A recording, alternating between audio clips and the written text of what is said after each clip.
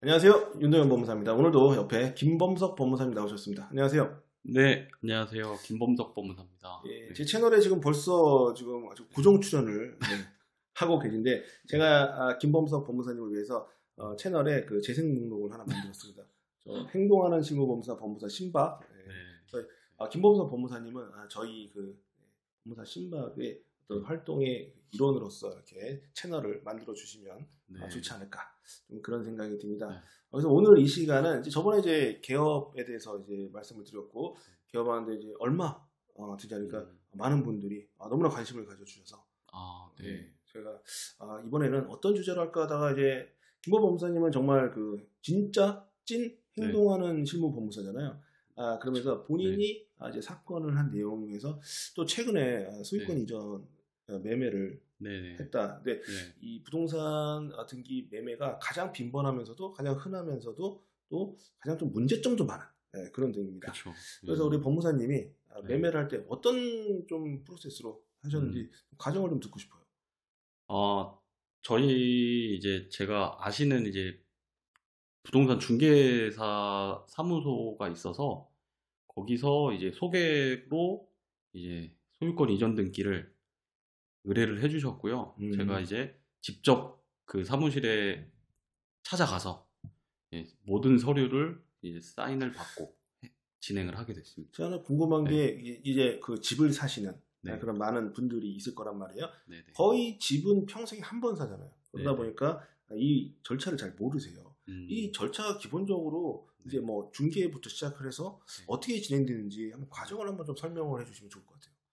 네. 먼저 뭐 보통 일반적으로 중개사 사무소를 통해서 매매 계약을 먼저 하실 거고, 이제 계약을 하시면은 이제 중도금이나 이제 잔금을 치르시게 되는데, 이제 잔금을 치를 때 소유권 이전을 함께 이제 동시에 하게 됩니다. 그러면 이제 저희 이제 법무사들이 가서 서류를 이제 다 취합을 한 다음에 그 구청에 가서 취득세를 내고 이제 등기소에 가서 등기를 합니다. 그 잔금일에 여러분이 이제 법무사를 만나야 되는데요. 그때 이제 법무사 사무실에서 갖고 오라는 서류가 있습니다. 좀 그 서류가 어떻게 되는지 좀. 매도인의 경우에는 이제 주소를 이제 증명하는 서류로 이제 주민등록 초본을 일반적으로 이제 저희가 받았고요. 본인의 의사를 확인하기 위해서 인감증명서, 이게 매도용으로 이제 발급을 받습니다. 그게 이제 중요한 거고, 그리고 이제 등기필 정보를 예전에는 이제 등기필증 뭐 이렇게 또 그전에 또 증기권리증이라고 불렀죠. 네네네. 지금은 이제 등기필 정보를 이제 저희 쪽에 이제 제출을 해주시면 저희가 그 자료를 통해서 등기소에 제출을 하고요. 매수인의 경우에는 일반적으로 이제 등기부에 주소가 들어가야 되기 때문에 이제 주민등록 등본을 첨부하고요. 그리고 최근에는 이제 중과세, 취득세 중과세 때문에 가족관계증명서도 이제 요구를 하게 됩니다. 그리고 뭐 인감도장은 굳이 뭐 찍는 경우가 없으니까 그거는 참고로 알고 계시면 될 것 같습니다. 인감도장은 이제 매도인만 있으면 되는데 저도 이제 잔금일에 하다 보니까 그 매도인분이 항상 도장을 다른 걸 가져오는 경우가 그래서 상당히 난감했던 적이 꽤 있고 그리고 가끔 가다가 이제 등기필 정보를 분실하는 분이 있잖아요. 이럴 경우는 좀 어떻게 방법이 있나요? 그 분실하셨으면은 이제 저희가 이제 방법은 총 3가지로 나눌 수는 있는데 저희 법무사들이 이제 일반적으로 하는 게 확인 서면을 작성을 해서 이제 가름을 할 수가 있습니다. 거기에 대해서. 확인 서면 같은 경우에는 당사자를 우리가 또 직접 얼굴을 보고 인상착의와 무슨 옷을 입고 어디서 만난지 다 기록을 자필로 해야 되거든요. 그리고 그분도 자필로 본인이 이분이 맞다. 이 내용도 써야 되고 또 지장까지 찍어야 돼요. 의무인을 찍어야 됩니다. 그래서 이제 잔금일에 조금 우리가 가끔 좀 속상할 때가 있는 게 이제 확인 서면이 들어가면 사실은 저희 보수가 좀 추가가 되거든요. 근데 그거에 대해서 매도인이 안 주려고.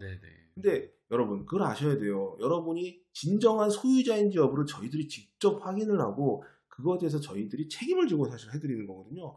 그래서 매도인분이 그걸 가지고 저희들에게 이거 뭐 이런 데 돈을 써야 이렇게 생각하시면 안 됩니다. 그거는 저희들이 책임을 지고 매도인의 그 소유권을 확인시켜 드리는 거기 때문에 비용이 좀 추가된다는 것도 아셔야 되고, 여기서 또 김호선 법무사님은 직접 잔금일에 이제 중개사 사무실에서 이제 다 당사자를 확인하셨잖아요.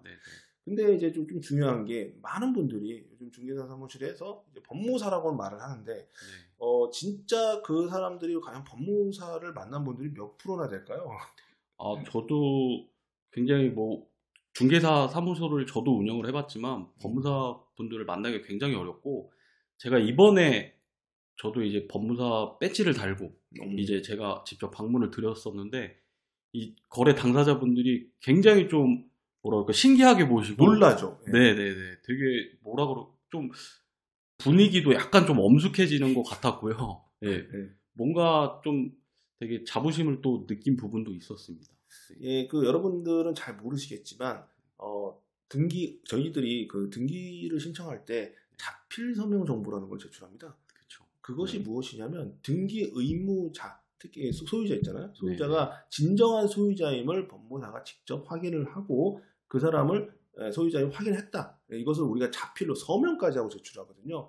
그래서 이것을 하는 이유는 법무사든 변호사든 이 등기를 함에 있어서 당사자를 직접 확인해야 될 의무가 있다는 거거든요. 그런데 이제 많은 분들이 그걸 잘 모르세요. 특히 이제 부동산 등기 시장은 많은, 정말 제가 볼 때는 거의 80, 90% 이상이 또 약간 불법 사무실적인 방법으로 운영이 많이 되고 있거든요. 그러다 보니까 잔금일에 가면 여러분들은 그게 불법 사무실인지 합법적인 법무사인지 변호사인지도 전혀 모르고 그냥 진행을 하시다가 가끔 가다가 이제 인터넷 뉴스에 뜹니다.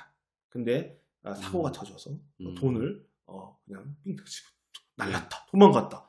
근데 이건 나는 괜찮겠지 하지만 여러분의 전 재산이 이제 부동산 그 전 재산 아닙니까? 근데 그 취득세나 그리고 또 법무사 보수 이런 부분을 전부 그 사무장 계좌 법무사가 아닌, 여러분 그것도 조심하셔야 돼요. 견적서에 법무사의 이름으로 된 계좌가 써져 있는지 그걸 확인하셔야 돼요. 자격증도 없는 사업자 등록이 안 돼 있는 사람의 계좌번호가 써 있다? 그런 경우도 은근히 많더라고요.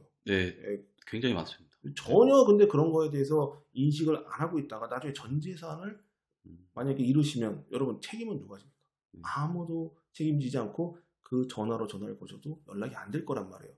김범수 법무사님은 그래도 저희는 이제 행동하는 실무 법무사 아닙니까? 그래서 그런 어떤 우리가 취지를 갖고 있기 때문에 직접 이렇게 또 발로 뛰면서 이렇게 일을 열심히 하셨는데, 해보니까 나름 되게 보람 있고 좋으셨죠?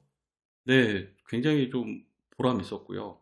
그리고 정말 이 법무사를 만나서 이렇게 계약 자체의 과정에 대해서 설명도 조금씩 드릴 수 있고, 그런 부분이 의뢰인들이 좀 더 신뢰하는 그런 과정이라고 생각을 하고 진행을 했습니다.